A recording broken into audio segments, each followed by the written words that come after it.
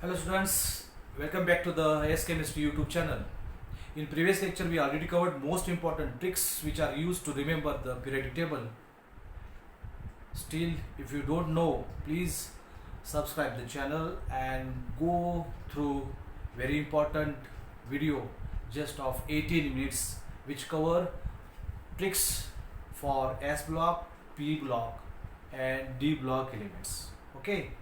Now, then we discussed about the most important part, electronic configurations on the basis of atomic number of elements and the application use of electron configuration for prediction of position, that means block, period or group to which elements belongs. Okay, now in this lecture we try to cover discovery, development of modern form of periodic table.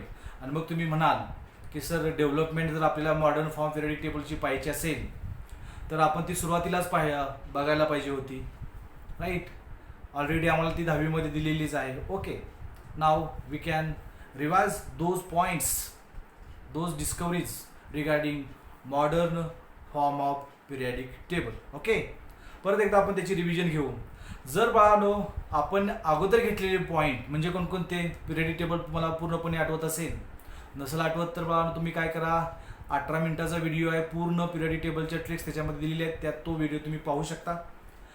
Periodic table जर तुम्हाला तुमच्या डोळ्यासमोर दिसत असेल, electronic configuration तुमच्या डोळ्यासमोर दिसत असेल, तुम्हाला इलेक्ट्रॉन कॉन्फिगरेशनवर त्यांची जागा जर सांगता येत असेल तर तुम्हाला लगेच बाळांनो त्याची डिस्कवरी कशी काय झाली, त्याची डेव्हलपमेंट कशी कशी होत गेली, या गोष्टी तुम्हाला सर्वपणे समजतील.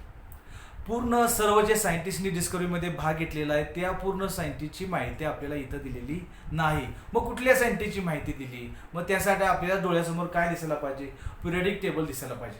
मी इथं काय लिहितोय, मी इथं एस ब्लॉक एलिमेंट आणि पी ब्लॉक एलिमेंट लिहितोय, मी डी आणि एफ ब्लॉक एलिमेंट्स मी इथं लिहित नाही. आता S block element group number 1, right, group number 1 S block element साठी वाक्य काय आहे, ही लिनाची नालायक कार्टी रात्रभर कशीही फिरतात, रात्रभर कशीही फिरतात. नंतर काय बाळांनो, अल्कलाइन अर्थ मेजरसाठी काय, लिथियम, पुढे कोण असणार, बेरिलियम. 20 पर्यंत तुम्हाला काय यायला पाहिजे, सर्वांचे ॲटॉमिक नंबर नाव यायला पाहिजेत. बेरिलियम. ओके, बेगम मुघलांची कशी सारस बागेत राहिली, बेगम मुघलांची कशी सारस बागेत राहिली. आणि आता आपल्याला काय बघायचे, पी ब्लॉक एलिमेंट्स बघायचे. काय बघायचे, पी ब्लॉक एलिमेंट्स आपल्याला बघायचे. त्याच्यामध्ये पी ब्लॉक मध्ये 13 ग्रुप एलिमेंट. कोण असतं बाळांनो, बाळ गंगाधर इंडियन टिळक ना, बाळ गंगाधर इंडियन टिळक, राईट, नाहीत असं म्हणतो आपण, निओनियम. नंतर 14 ग्रुप एलिमेंट, कार्बन फॅमिली कशी गेली सून पहाबरे फिरायला, कशी गेली सून पहाबरे फिरायला. 15 group element very interesting, Nana Patekar असेपर्यंत सब बिकता है माँ कसम. ओके, 16 ग्रुप एलिमेंट, ऊस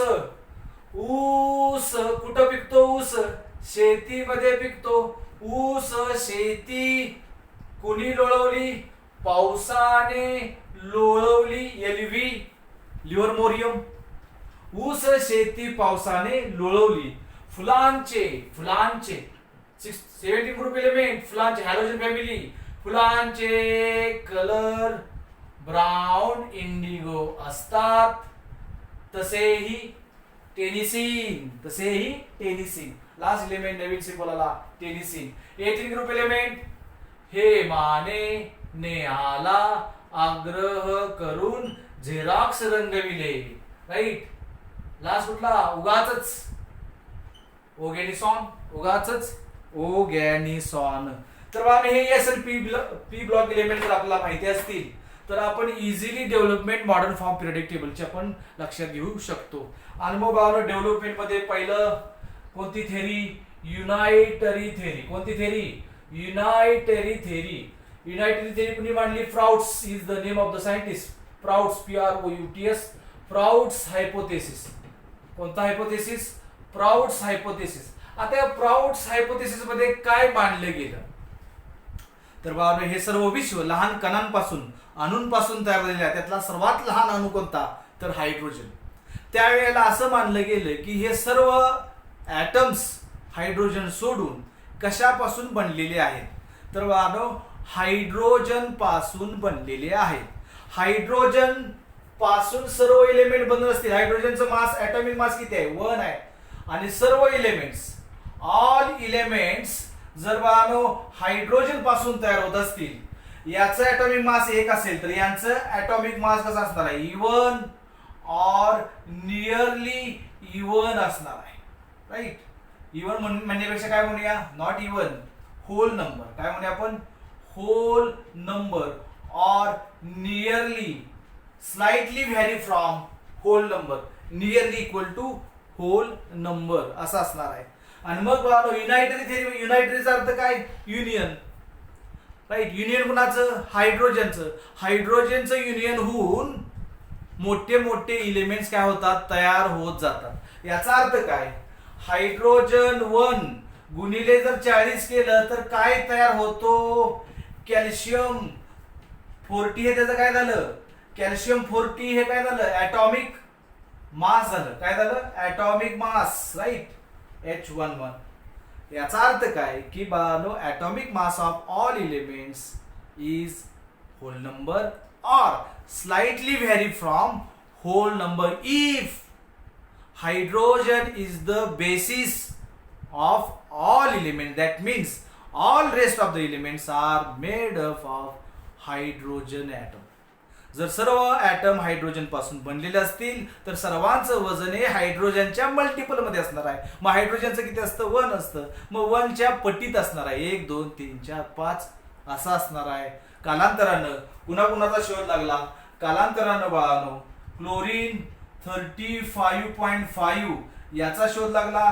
कॉपर 63.5 याचा शोध लागला. आणि मग ही थेरी, कारण की होल नंबर ॲटॉमिक मास पाहिजे होतं, ही थेरी काय केली गेली? रिजेक्ट केली गेली आणि नवीन थेरी मांडली गेली. आता ती नवीन थेरी काय आहे? सर्वांनी थोडंसं लक्ष द्या. Okay, now look at the board. इथं बानो हे 3 एलिमेंट, या 3 एलिमेंटची कोणीतरी मांडणी केलेली आहे. या 3 एलिमेंटची मांडणी कोणीतरी केलेली आहे. राईट. क्लोरीन, ब्रोमीन आणि iodine. Right. Lithium, sodium, potassium. अजून कुठले एलिमेंट्स आहेत? कॅल्शियम, स्ट्रॉन्टियम आणि बेरियम. अशा या एलिमेंटची मांडणी केली. आता मला सांगा, या एलिमेंटची मांडणी करताना हे या ग्रुप मध्ये किती एलिमेंट आले? 3. 3 ला काय म्हणतात? ट्राय म्हणतात. 3 ला काय म्हणतात? ट्राई. आणि म्हणून दुसरं सायंटिस्टनं शोध लावला. कशाचा शोध लावला? ट्रायड. आता हे ट्राय म्हणजे किती? 3 एलिमेंटच्या ग्रुपला काय म्हणायचं? ट्रायड. शोध कुणी लावला? राईट. ही किती झाली 1815. ही किती झाली? 1817 साली. Right.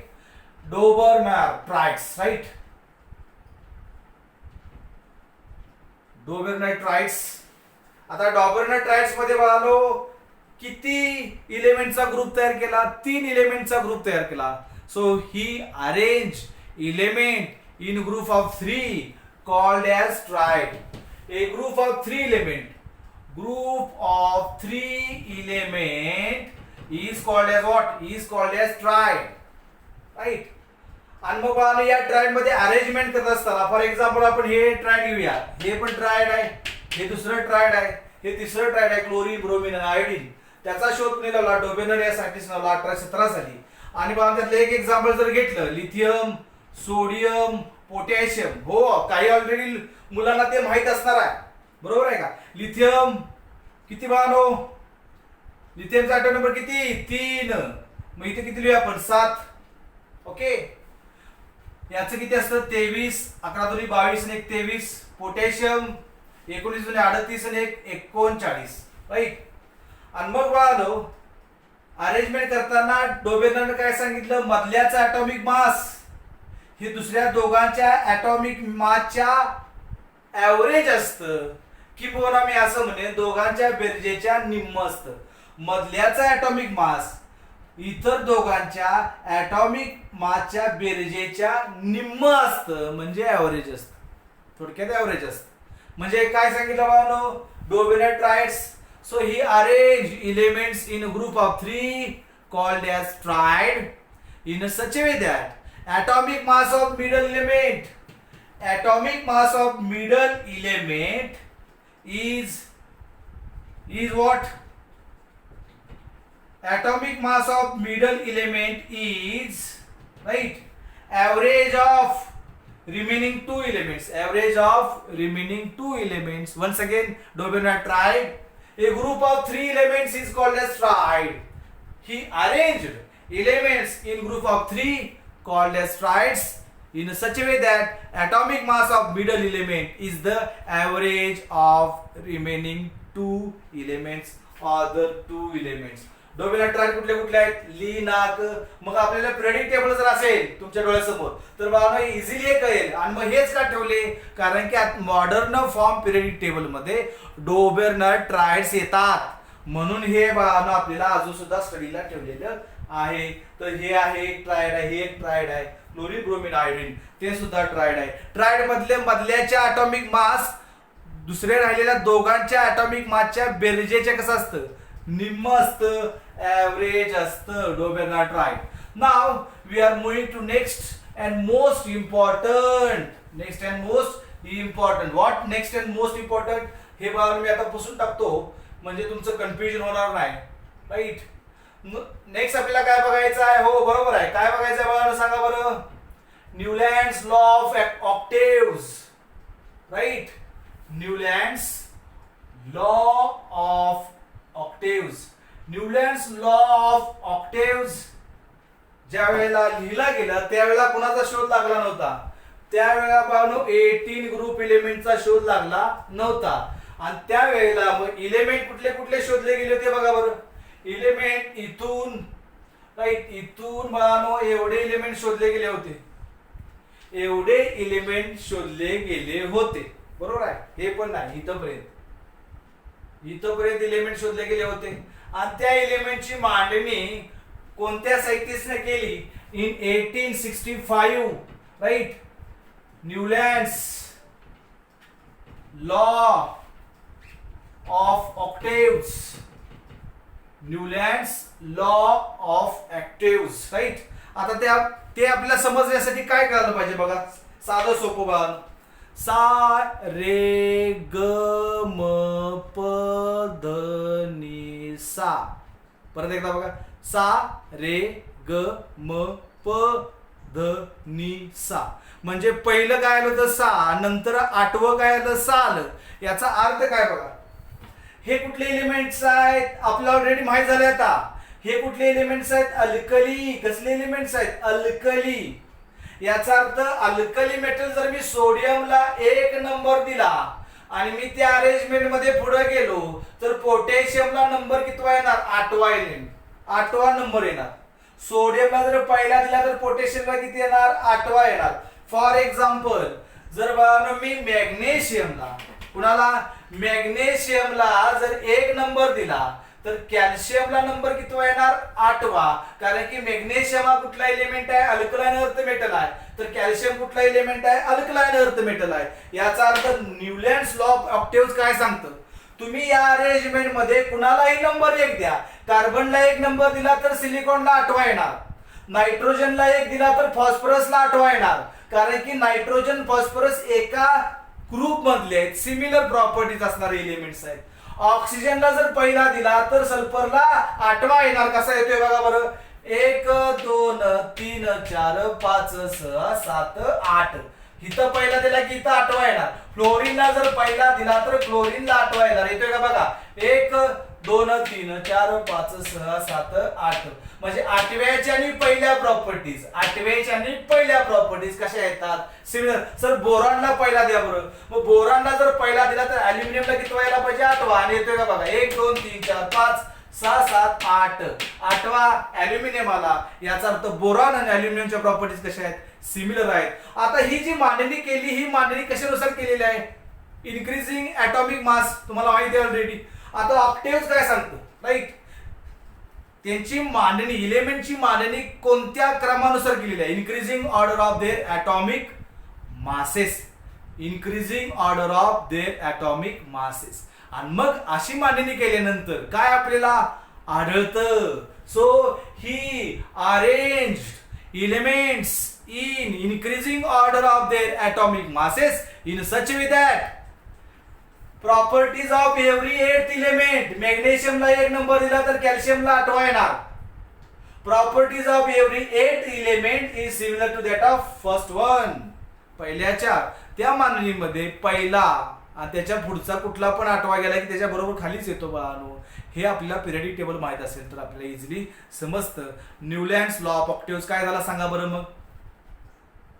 So he arranged elements in increasing order of their atomic masses in such a way that properties of every eighth element is similar to that of first one, just like sa, re, ga, ma, pa, dha, ni, sa. म्हणजे पहिला 6 आला आणि 8वा सुद्धा काय आला? 6च आला. याचा अर्थ काय बाळांनो? पहिला आणि 8वा एलिमेंट कसा येतो? त्या रचनेमध्ये कसा येतो? सिमिलर येतो. त्यालाच काय म्हणतो आपण? Law of octaves, Newlands law of octaves. Okay. So properties of every 8th element is similar to that of first one. Similar to that of first one. 8वा आणि पहिला यांच्या प्रॉपर्टीज कशा येतात? सिमिलर येतात. जर सोडियमला आपण पहिला नंबर दिला तर पोटॅशियमला नंबर 8वा यायला पाहिजे. 1 2 3 4 5 6 7 आणि 8. लिथियमला पहिला दिला तर सोडियमला 8वा यायला पाहिजे. 1 2 3 4 5 6 7 आणि 8. म्हणजे त्या रचनेमध्ये पहिला आणि 8वा एकसारखाच असतो, काही वेगळा नसतो. आणि आता आपल्याला काय बघायचं बाळांनो? आता बघायचं आपल्याला Mendeleev's periodic table, Mendeleev's periodic law, right? Next बाळांनो लॉ आहे मेंडेलिव्हज पिरियडिक टेबल आणि त्याचा लॉ आपल्याला बघायचा आहे. Okay. Mendeleev's periodic law, right? Mendeleev's periodic law आणि पिरियडिक टेबल, राईट? ज्या वेळेला पिरियडिक टेबलची मांडणी केली होती त्यावेळेला किती एलिमेंट माहित होते? 63 एलिमेंट माहित होते. आणि ते 63 एलिमेंटची मांडणी काय केली? Vertical column and horizontal rows. Vertical columns already तुम्हाला माहित आहे, called as groups. Horizontal rows are called as periods, right? नाव बाळा तशी मांडणी केली आणि ती मांडणी करत असताना एक नियम वापरला गेला. ती मांडणी करत असताना कोणता नियम वापरला? साधा सोपा नियम वापरला. त्या एलिमेंटच्या फिजिकल केमिकल प्रॉपर्टीचा स्टडी केला मेंडेलिव्हनं आणि एलिमेंटची मांडणी काय केली? कोणत्या क्रमानुसार? चढत्या. कुणाच्या चढत्या क्रमानुसार? ॲटॉमिक मासच्या चढत्या क्रमानुसार काय केली? मांडणी केली. आणि मग बाळांनो मी इथं मेंडेलिव्ह पिरियडिक लॉ मध्ये मी कशाला अंडरलाईन करतो? यम. आणि यम स्टँड्स फॉर व्हॉट? इथं म्हणतो atomic mass. M stands for what? Atomic mass. Mendeleev periodic law M ला म्हणजे मास म्हणजे ॲटॉमिक मास नंबर. कोणत्या पॉइंट नुसार त्यांनी मांडणी केली? ॲटॉमिक मास नंबर नुसार काय केली? मांडणी केली. आणि मग बाळांनो मेंडेलिव्ह पिरियडिक लॉ कसा लिहिला गेला? कशाचा अभ्यास केला? सर्व एलिमेंटच्या त्यावेळी असणाऱ्या फिजिकल आणि केमिकल प्रॉपर्टीचा अभ्यास केला आणि त्यांच्या ॲटॉमिक मासच्या चढत्या क्रमानुसार काय केली? मांडणी केली. आणि मग बाळांनो लॉ लिहिला गेला, right? The physical and chemical properties of all elements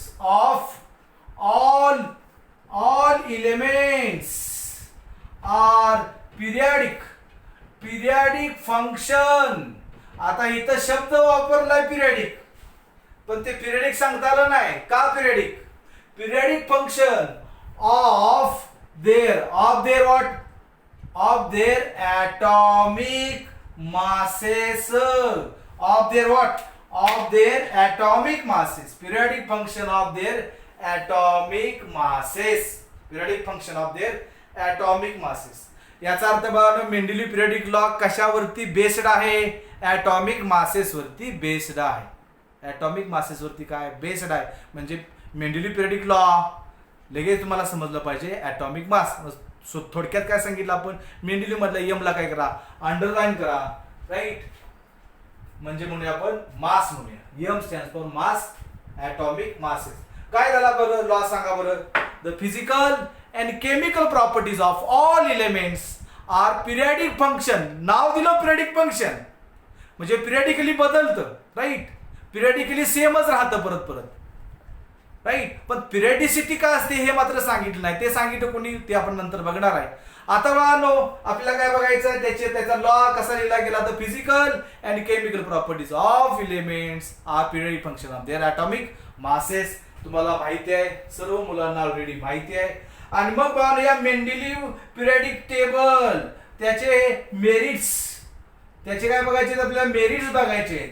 आणि त्याचे काय बघायचे आहेत? आपल्याला डी मेरिट्स बघायचे. काय बघायचे आहेत? D merits. मेरिट्स बघायचे आहेत अँड डी मेरिट्स आपल्याला बघायचे आहेत. आता मेरिट्स कुठले कुठले? तर बघा स्टडी कसा झाला आपला? सिस्टमॅटिक स्टडी आपल्याला करता आला.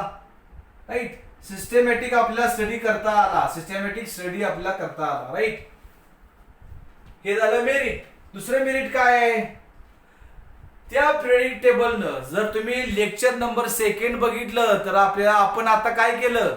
नवीन येणारा, असलेला नाही, येणारा, डिस्कवर होणारा नवीन नोबेल गॅस त्याचा ॲटॉमिक नंबर आपण सेकंड लेक्चर मध्ये काय केलेला आहे? कॅल्क्युलेट केलेला आहे. कसा कॅल्क्युलेट केलेला आहे त्यासाठी तुम्हाला सेकंड लेक्चर बघावं लागेल. अगोदरचे सर्व लेक्चर बघा, बघितले नसतील तर तुम्हाला बघावे लागतील. सर्व अवेलेबल आहेत. चॅनलला सबस्क्राईब करा जेणेकरून तुम्हाला सर्व लेक्चर पाहता येतील. ओके, आता दुसरं काय मेरिट्स आहे बघूया आपण. बघा, ज्या वेळेला मेंडेलीव्ह पिरियडिक टेबलची मांडणी केली होती त्यावेळेला ॲल्युमिनियमच्या खालचा गॅलियम आणि सिलिकॉनच्या खालचा जर्मेनियम यांचा शोध लागला नव्हता. आणि मग त्यावेळेला त्यांनी नाव काय दिली होती? इथं नाव काय दिलं होतं? इका ॲल्युमिनियम. आणि इथं नाव काय दिलं होतं? इका सिलिकॉन. इका ॲल्युमिनियम अँड इका सिलिकॉन. आणि त्यानं सर्व प्रॉपर्टीज सांगितल्या होत्या. त्यावेळेला ते इलेमेंट होते का? नव्हते. इलेमेंट नसताना त्यानं सांगितलं होतं की कालांतराने हे इलेमेंट शोधले जातील. ते इलेमेंट असे असे असतील, त्यांच्या प्रॉपर्टीज डेन्सिटी अशा अशा असतील आणि ते एक्झॅक्टली मॅच झाल्या. थोडाफार फरक होता नाहीतर एक्झॅक्टली सेमच होत्या. याचा अर्थ इलेमेंट नसताना आपण पिरियडिक टेबल वरून काय करू शकतो? सर्वांची माहिती सांगू शकतो. नवीन कुठले कुठले एलिमेंट शोधले जातील, त्यांच्या प्रॉपर्टीज कुठल्या कुठल्या असतील. आणि मग बाळांनो तुम्हाला मी प्रश्न केला, what is the atomic number of next incoming noble gas atom? तर तुम्हाला सांगता येईल का बाळांनो? सांगता येईल. ज्यांनी पहिल्यापासून सर्व लेक्चर बघितलेले आहेत त्यांना डेफिनेटली सांगता येईल. त्याचा ॲटॉमिक नंबर किती? त्याचा ॲटॉमिक नंबर किती? बघा, कॅल्क्युलेट करा. लेक्चर नंबर 2 बघा, त्यासाठी 100% तुम्हाला सांगता येईल. सर्वांचा ॲटॉमिक नंबर सांगता येईल. Next incoming noble gas atom त्याचा ॲटॉमिक नंबर काय असेल हे तुम्हाला सांगता येईल का? सांगता येईल. तर बाळांनो इथं आपल्याला काय फायदा झाला मेंडेलीव्ह पिरियडिक टेबलचा? Right, if help to predict discovery of new element. त्यानं पिरियडिक टेबल मध्ये रिकामी जागा ठेवली आणि रिकामी जागा ठेवून सांगितले की या ठिकाणी असे असे एलिमेंट शोधले जातील आणि त्यांच्या ह्या प्रॉपर्टीज असतील. राईट, त्यामुळं नवीन सायंटिस्टना फायदा झाला. तसं आपण सेकंड लेक्चर मध्ये सांगितलेलं आहे की नवीन नोबेल गॅस ॲटम कोणता असेल, त्याचा ॲटॉमिक नंबर कोणता असेल हे आपण सांगितलेलं आहे. डी मेरिट्स कोणकोणते होते? Demerits of Mendeleev periodic table त्यातलं पहिलं, हा कोण आहे? हायड्रोजन. तो अल्कली मेटल म्हणायचं का हॅलोजन म्हणायचं? कन्फ्युजन. आणि त्यामुळे मेंडेलीव्हला हायड्रोजनची जागा फिक्स करता आली नाही. अनसर्टन्टी, पहिलं काय आहे demerits? Uncertainty in position of hydrogen. In position of what hydrogen. Okay, हे पहिलं झालं. Do not give separate position to isotopes. आयसोटोपला तिने सेपरेट जागा दिली नाही. थर्ड बानो लिमिटेशन काय, third limitation of Mendeleev periodic table, right. anomalous position to lanthanoids and actinoids. चौथं बानो ज्यांच्या केमिकल प्रॉपर्टी सेम असतात त्यांना एकाच व्हर्टिकल ग्रुप मध्ये ठेवायला पाहिजे. ज्यांच्या डिफरंट केमिकल प्रॉपर्टीज आहेत त्यांना वेगवेगळ्या ग्रुप मध्ये ठेवलं पाहिजे. मेंडेलिव्हनं काय केलं, right. Coinage metal, alkali metals and coinage म्हणजे कोणतं, सोनं, चांदी, तांबे. आपलं वाक्य काय, कॉइनेज मेटल्स. त्यांच्या प्रॉपर्टीज वेगवेगळ्या आहेत पण एकाच कॉलम मध्ये, पहिल्या कॉलम मध्ये त्यांना ठेवलं. कुणाला पहिल्या कॉलम मध्ये ठेवलं, अल्कली मेटल तर पाहिजे पहिल्या column. Along with alkali metal they placed coinage metal म्हणजे तांबे, चांदी, सोने, रागवले. जे आपलं 11व्या कॉलमचं वाक्य आहे, तांबे, चांदी, सोने, रागवले, हे पहिल्या कॉलम मध्ये ठेवलं होतं आणि ते चुकीचं होतं. ओके, आणि बघा अजून काय, इथं लक्ष द्या, राईट. इथं आयोडीन आहे, इथं टेलुरियम आहे. आयोडीनचं वजन आहे बघा 126.9 ॲटॉमिक मास आहे आणि याचा आहे बघा 127 पॉईंट समथिंग. याचा अर्थ मांडणी कशी पाहिजे होती, ॲटॉमिक मासच्या इन्क्रीजिंग ऑर्डर नुसार मांडणी पाहिजे होती. पहिल्यांदा 127, नंतर गेला 126 आणि मग त्याला थोडंसं मेंडेलिव्हला थोडंसं जाणवलं की ही जी मांडणी मी करतोय ही मांडणी कदाचित बरोबर असेल पण ती ॲटॉमिक मास नुसार नसणार आहे, वेगळ्या कशानुसार तरी असणार आहे, हे सुद्धा त्यानं नमूद केलेलं होतं, राईट. तर बघा मांडणी कशी पाहिजे होती, in increasing order of their atomic masses असं पाहिजे होतं. लॉ तो सांगतो. मग पहिल्यांदा पाहिजे होतं 126, नंतर पाहिजे होतं 127. पहिल्यांदा आलं 127, नंतर गेले 126. याचा अर्थ right, increasing order of the atomic masses. पाचवं demerit, increase in order of atomic masses is not strictly obeyed, right. Order of atomic masses is not strictly obeyed. These are the demerits of Mendeleev periodic table. Mendeleev periodic law काय, law सर्वांनी परत एकदा बोला, सर्वांना माहित आहे, बोला बरं मग. The physical and chemical properties of all elements are periodic function of their atomic masses. Of their what? Atomic masses. Now, next कोणता आहे बघा लॉ, तर तुम्हाला ऑलरेडी माहिती आहे. नेक्स्ट लॉ कोणता आहे तो तुम्हाला ऑलरेडी काय माहिती आहे, नो डाऊट. कोणता लॉ आहे बघा मॉडर्न पिरियडिक लॉ. कोणता लॉ आहे, मॉडर्न पिरियडिक लॉ मध्ये मात्र मॉडर्न पिरियडिक लॉ मध्ये बानो यम ला अंडरलाईन करू नका. मॉडर्न पिरियडिक लॉ टेबल, पहिल्यांदा आपण लॉ बघूया. Modern periodic table. मग आता जो आपण टेबल लिहिलेला आहे तो कशानुसार आहे, ॲटॉमिक नंबर. बोरॉनचा नंबर किती, 5 6 7 8 9, राईट, असा आहे. इथं फॉर एक्झाम्पल तुम्हाला जर ॲटॉमिक नंबर काढता येत नसतील तर कसे काढायचे बघा बरं बानो. आयोडीनचा किती, आयोडीनचा ॲटॉमिक नंबर 53. मग याचा किती असणार, 52 असणार आहे. फिनिश. म्हणजे ॲटॉमिक नंबर 52 पहिल्यांदा, नंतर 53. मास नंबर वेगळा आहे, पहिल्यांदा 127 नंतर 126. Clear, okay. हे सांगितलं कुणी, हेनरी मोसली. हे कोणी सांगितलं बानो, हेनरी मोसली. 1930 या सायंटिस्टनं काय केलं, या सायंटिस्टनं बानो मेटल घेतले, या पिरियडिक टेबल मधले काय घेतले, मेटल घेतले आणि या मेटल वरती हाय एनर्जेटिक इलेक्ट्रॉन इलेक्ट्रॉनचं बंबार्डिंग केलं. इलेक्ट्रॉनचं बंबार्डिंग केल्यामुळं यांनी काय इमिट केले? Emits. What emits? Emits X-rays. ते एक्सरेज काय असणार? वेव्हज असणार. त्या वेव्हला काय असणार? वेव्हलेंथ. त्याला काय असणार? फ्रिक्वेन्सी, म्यू म्हणतो आपण, राईट. तर बाळांनो त्यातली कोणती प्रॉपर्टी घेतली? एक्सरेची फ्रिक्वेन्सी घेतली. काय घेतली? फ्रिक्वेन्सी घेतली. आणि बाळांनो कुणाच्या वर्सेस कोण? बघा कुणाच्या वर्सेस कोण, राईट. तर square root of frequency versus square root of frequency versus बाळांनो न्यूक्लिअर चार्ज. आता न्यूक्लिअर चार्ज कुठला असतो? प्लस. प्लस म्हणजे मग कोण? प्रोटॉन.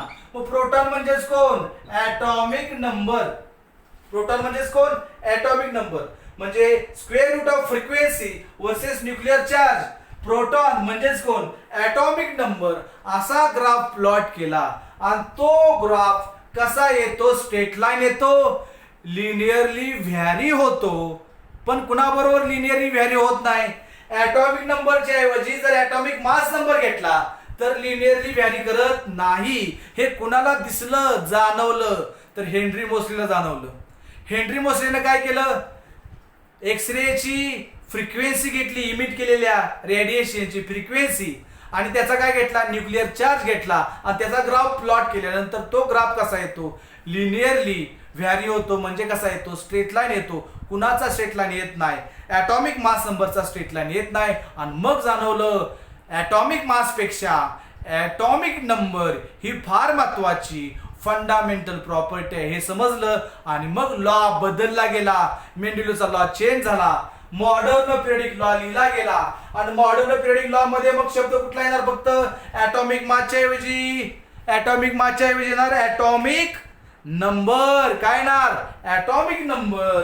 ओके. आणि मग पाहनो मॉडर्न पिरियडिक लॉ काय लिहिला गेला? The physical and chemical properties of all elements. मेंडेलिव्हचं काय म्हणणं होतं? Atomic mass. हेनरी मोसलीचं काय म्हणणं होतं? Atomic number. Properties of all elements are periodic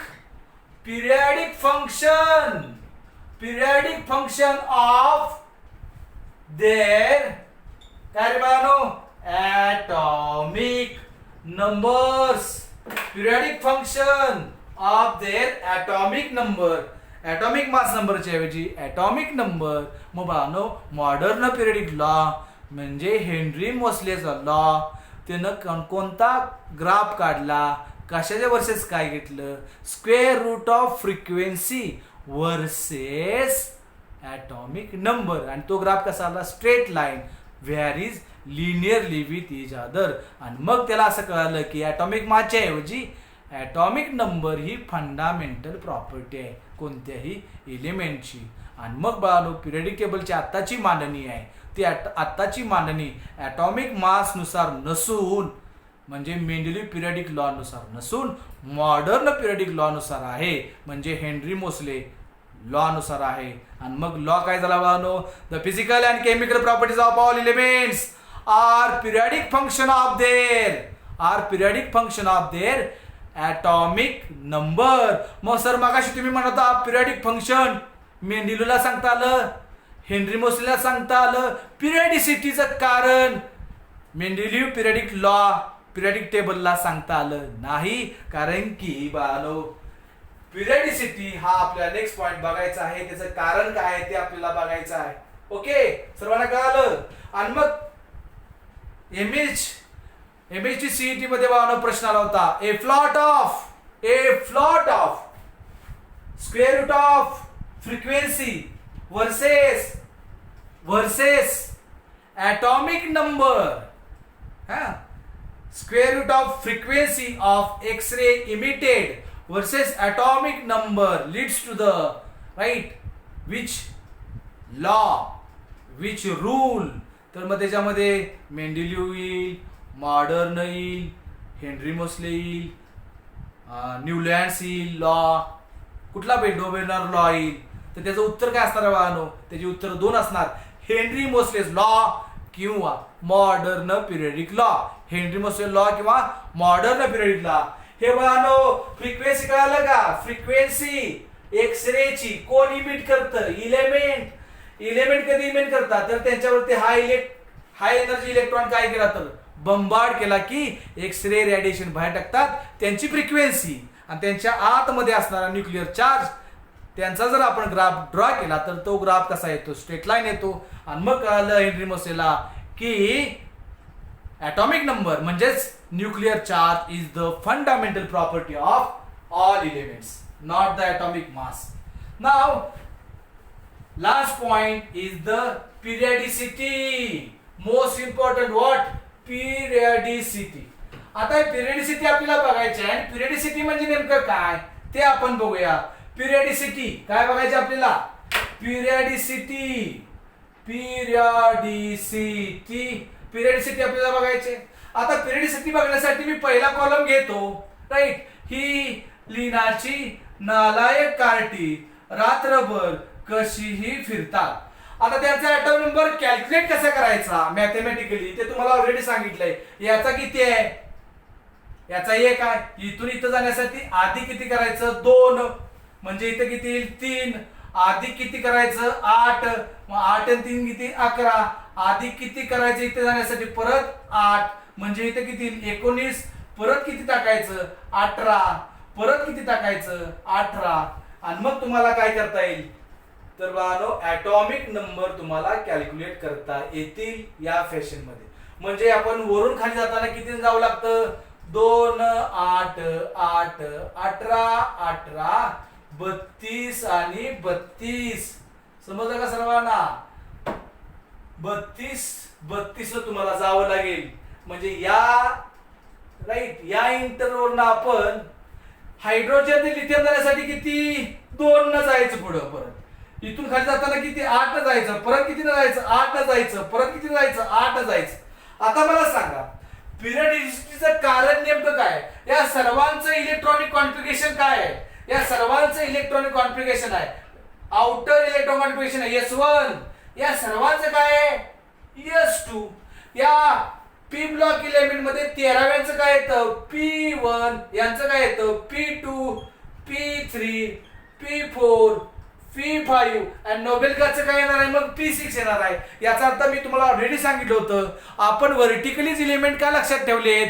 कारण त्यांचं आउटर व्हॅलन्स शेल मधलं शेवटच्या गल्लीमधलं इलेक्ट्रॉनची रचना इलेक्ट्रॉनिक कॉन्फिगरेशन कसं असतं?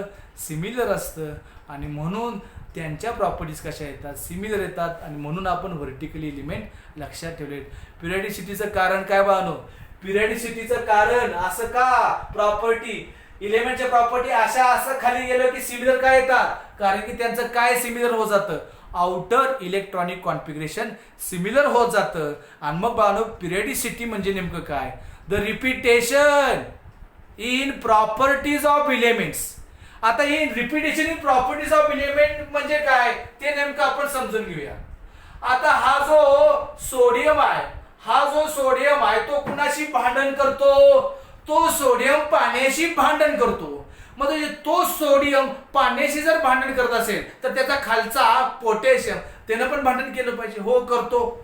जर हा भांडण करत असेल तर रुबिडियमने केलं पाहिजे, सीझियमने केलं पाहिजे. हो करतात. याचा अर्थ सोडियम पाण्याशी बोलतो, पोटॅशियमनं बोललं पाहिजे, रुबिडियमनं बोललं पाहिजे, सीझियमनं सुद्धा पाण्याबरोबर बोललं पाहिजे. कारण की त्यांचं आउटर इलेक्ट्रॉनिक कॉन्फिगरेशन एकसारखं आहे. याचा अर्थ सोडियम पाण्याशी बोलतो, पोटॅशियम पाण्याशी बोलतो, रुबिडियम पाण्याशी बोलतो, सीझियम सुद्धा पाण्याशी बोलतो.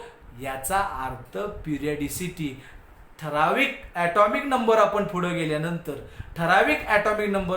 गेल्यानंतर एकसारखेच एलिमेंट येतात. म्हणून वरून खाली जाताना 2, 8, 8, 18 आलो की परत खालीच येतो त्याच्या, परत 18 त्याच्याच खाली, परत 32 त्याच्याच खाली.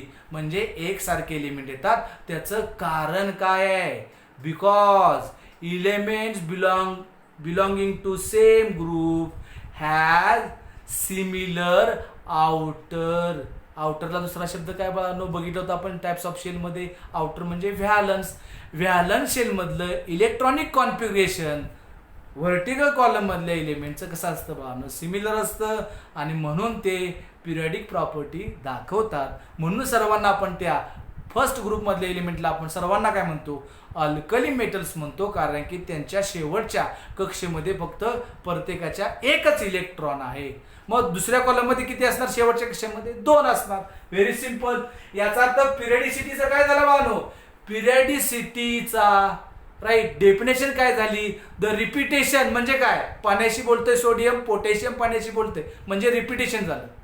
The repetition in properties of elements, the repetition in properties of elements after regular interval. आता ते रेग्युलर इंटरवल म्हणजे काय, 2 8 8 18 18 32 32 हे रेग्युलर इंटरवल झालं.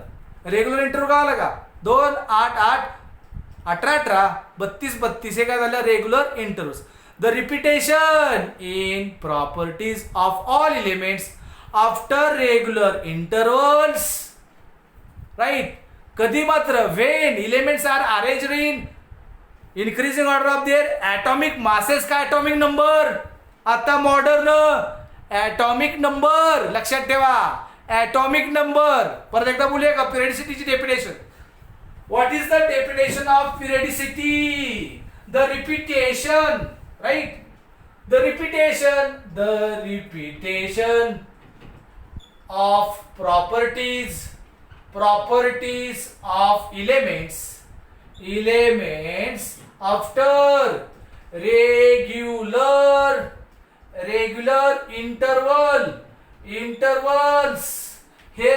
intervals. हे रेग्युलर इंटरवल्स आहेत बघा. After regular intervals when elements are arranged in increasing order of their atomic numbers. महत्वाचं atomic numbers, atomic mass number नाही, atomic numbers. व पिरियडिसिटीची काय झाली definition, the repetition in properties of elements after regular intervals 2 8 8 18 18 32 32 after regular intervals, right. When elements arranged in increasing order of their atomic numbers is called as periodicity. Once again, periodicity is definition, right? The repetition in the properties of elements after regular intervals म्हणजेच कुठले 2 8 18 18 32 32 when elements are arranged in increasing order of their atomic numbers is called as periodicity. What is the cause of periodicity? पहिल्या column मधले element alkali metals का म्हणायचं, कारण की पहिल्या column मधले जे एलिमेंट्स आहेत त्यांना अल्कली मेटल्स म्हणायचं, कारण की त्यांच्या शेवटच्या कक्षेमध्ये किती इलेक्ट्रॉन आहे, 1. दुसऱ्या कॉलम मधले जे एलिमेंट्स आहेत त्यांना अल्कलाइन अर्थ मेटल्स का म्हणायचं, सगळ्यांनाच, कारण की ते एकसारखे वागतात. मग एकसारखे का वागतात, कारण की शेवटच्या कक्षेमध्ये किती इलेक्ट्रॉन्स आहेत, 2. आणि म्हणजे व्हर्टिकली आपण एलिमेंट्स का लक्षात ठेवले, कारण की व्हर्टिकली सर्व एलिमेंटच्या केमिकल प्रॉपर्टीज कशा असतात, एकसारख्या असतात. त्याचं कारण काय, आउटर शेल मधलं इलेक्ट्रॉनिक कॉन्फिगरेशन कसं असतं, सेम असतं. एस ब्लॉक एलिमेंट पहिला कॉलम S1, शेवटचं दुसरा कॉलम S2. पी ब्लॉक मधला पहिला column 13वा P1, 14वा P2, 15वा P3, 16वा P4, 17वा P5 आणि 18वा नोबेल गॅससाठी काय येतं, P6 येतं. म्हणजे शेवटचं इलेक्ट्रॉन कॉन्फिगरेशन कुठलं आलेलं आहे त्याच्यावरून आपण इझिली सांगू शकतो, राईट. तो एलिमेंट कुठला आहे, तो कोणत्या ब्लॉक मधला आहे, कोणत्या पिरियड मधला आहे, कोणत्या ग्रुप मधला आहे, तो ऑलरेडी आपण 3rd लेक्चर मध्ये पाहिलेला आहे, right. Okay, I hope you all understand starting from, right, united theory, Dobereiner triad, Newlands octaves, Mendeleev, merits and demerits, Mendeleev law, Henry Moseley's modern period law. लक्षात आलं पाहिजे. सीटी मध्ये प्रश्न आला होता, a plot of square root of frequency of X-ray emitted versus atomic number leads to explain which rule which law. तर तो कुठला असणार आहे, उत्तर 2 असू शकतात, हेनरी मोसलेस लॉ किंवा दुसरा असणार बाळांनो मॉडर्न पिरियडिक लॉ. समजलं सर्वांना? Okay, thank you so much for watching. जर तुम्हाला सर्व समजत असेल, आवडत असेल तर चॅनलला सबस्क्राईब करा, शेअर करायला इतरांना विसरू नका. Thank you so much. ओके.